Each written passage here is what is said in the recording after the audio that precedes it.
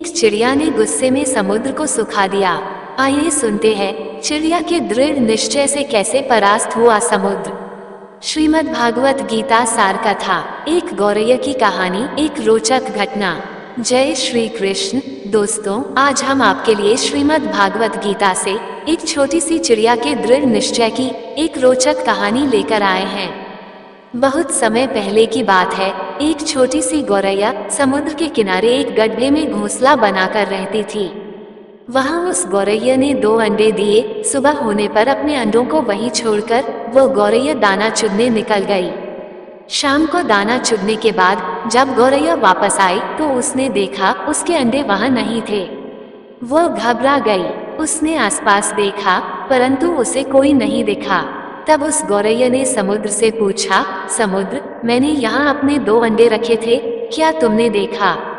समुद्र इठलाते हुए बोला, तेरे अंडों का मुझे क्या पता।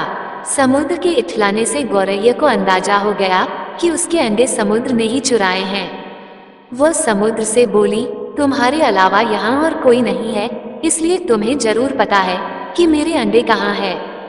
तुमने ही मेरे अंडे चुराए हैं। अब तुम ही मुझे मेरे अंडे वापस करो।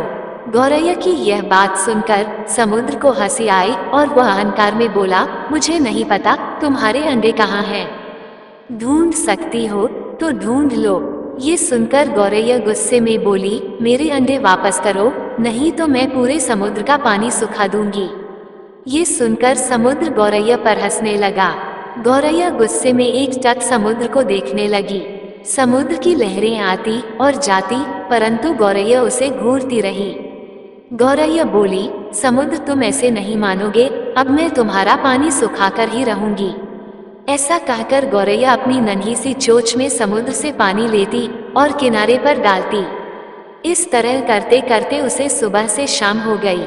शाम के समय अन्य पक्षी उसे देखने आए और बोले, गौरैया, आज तुम दाना चुगने क्यों नहीं आई?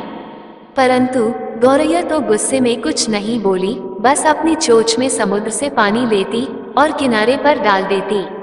सभी पक्षियों ने उसे बहुत समझाया कि यह कार्य असंभव है। समुद्र का पानी कौन सुखा सकता है? लेकिन गौरैया बोली, मैंने प्रण किया है, मैं इस समुद्र का पानी सुखा कर ही रहूंगी, जिससे मेरे अंडे मुझे वापस मिल जाएंगे। ऐसे दृढ़ निश्चय के साथ वह गौरैया अपने कार्य में लगी रही। जब वह थक जाती तो थोड़ी देर रुक जाती और फिर अपने कार्य में लग जाती। ये सिलसिला 3 से 4 दिनों तक चलता रहा और गौरैया का स्वास्थ्य धीरे धीरे गिरने लगा। ये देखकर सभी प्राणी, पशु, पक्षी हैरान थे। सबको उसकी चिंता होने लगी।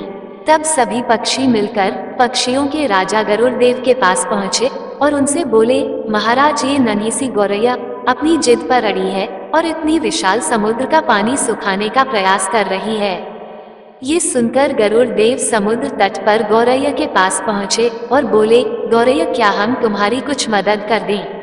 हमारी चोंच कुछ बड़ी है।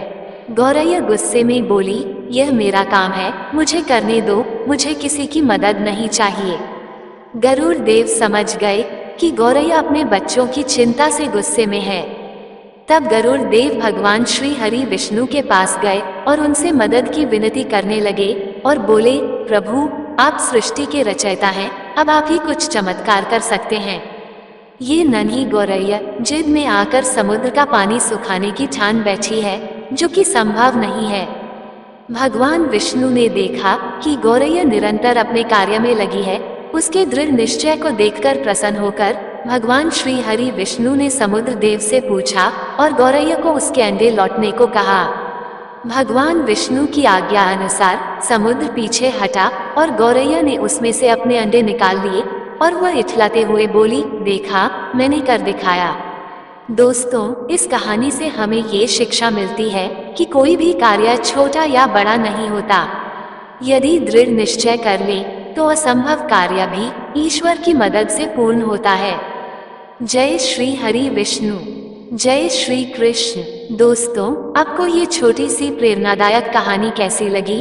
कृपया कमेंट करके जरूर बताएं। वीडियो पसंद आया हो तो लाइक करें और ऐसी ही और भी बहुत सारी कहानियों को सुनने के लिए चैनल को सब्सक्राइब जरूर करें। धन्यवाद।